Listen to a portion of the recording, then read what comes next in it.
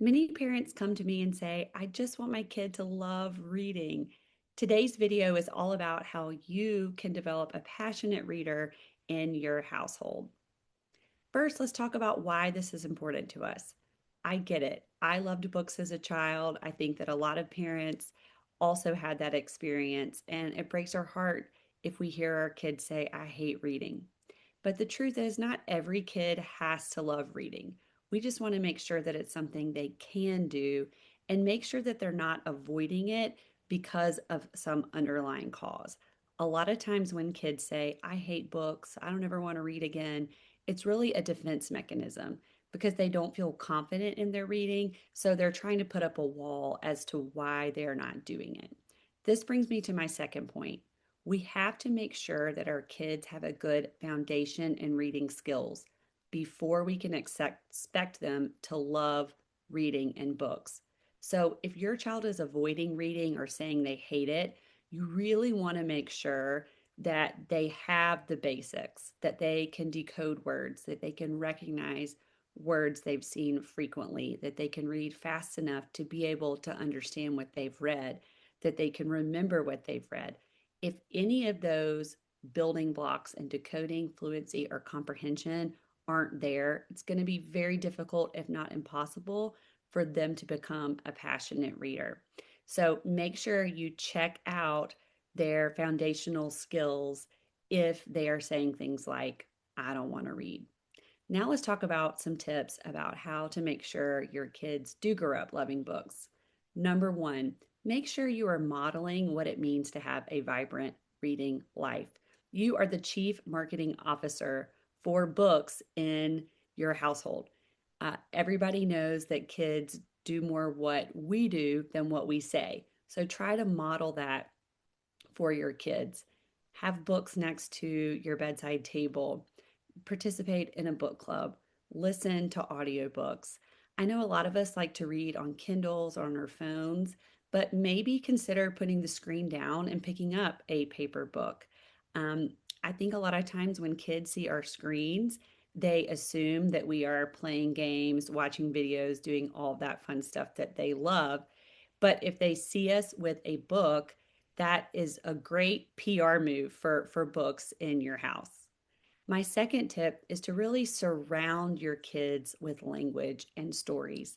We just want to bathe our kids in language from a very early age. This starts with reading aloud to your child, even when they're a little baby, all the way up through their elementary and early adolescent years. There's really no upward age limit on the read aloud. I have found that kids and even adults of all ages really love to hear stories read aloud. You can listen to audiobooks in your car in your downtime. Have a library card for your family. And when your kids get old enough, like around second grade, get them their own library card. It's so exciting for kids to have something of their own, and it gives them ownership and independence, builds excitement around checking out their own books at the library. My next tip is to try not to limit what your kids read. Sometimes it's tempting to try to steer our kids to the thicker chapter books, to the classics, but it's really a-okay if our kids want to read graphic novels, comic books, silly books with potty jokes, anything to get them reading and to help them enjoy what they read. The truth is that Captain Underpants has probably created a lot more readers than the classics have over the years. My next tip is to try to take the pressure off. I know it's tempting to always ask kids, hey, what was that book about? Give me a summary. Who is the main character? Because it is important to make sure kids are understanding what they read. But I think that if we are constantly peppering kids with questions, it can kind of suck the joy out of reading.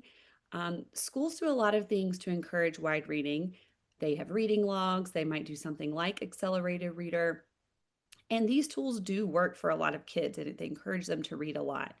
But for some kids, it just makes reading transactional. The only reason I'm reading this book is to fill out my reading log so I won't get in trouble with Miss Smith. Or the only reason I'm reading this book is to get my AR points so I can make a good grade on my report card. And it can kind of take out some of that just intrinsic motivation that we want kids to have for reading books. So at home, try taking the pressure off and just focus on making reading something that is pleasant and enjoyable. Okay, my last tip is just a conglomeration of some quick takes here. All right, number one, let kids quit a book. If they don't like it, let them stop it. Let them reread old favorites. My kids will read books 5, 6, 7, 8 times. I get tired of reading it aloud to them. But if it's something that they're enjoying and they're wanting to pick it up and read it, that is great. It's even okay to skip around in books, especially if it's something that they have read before. The goal is just to let our kids enjoy books for what they are, which are great ways to experience the world and develop empathy, learn about things, and enjoy life and stories. So try to take the pressure off and focus on making reading a really pleasant experience for your kids, and you will have great readers in your house. If you have any concerns about if your child has the foundational skills to be a good reader, that is something that we work on at Read Write Learning Center. And we would encourage you to reach out to us if you'd like to discuss your child and get more information.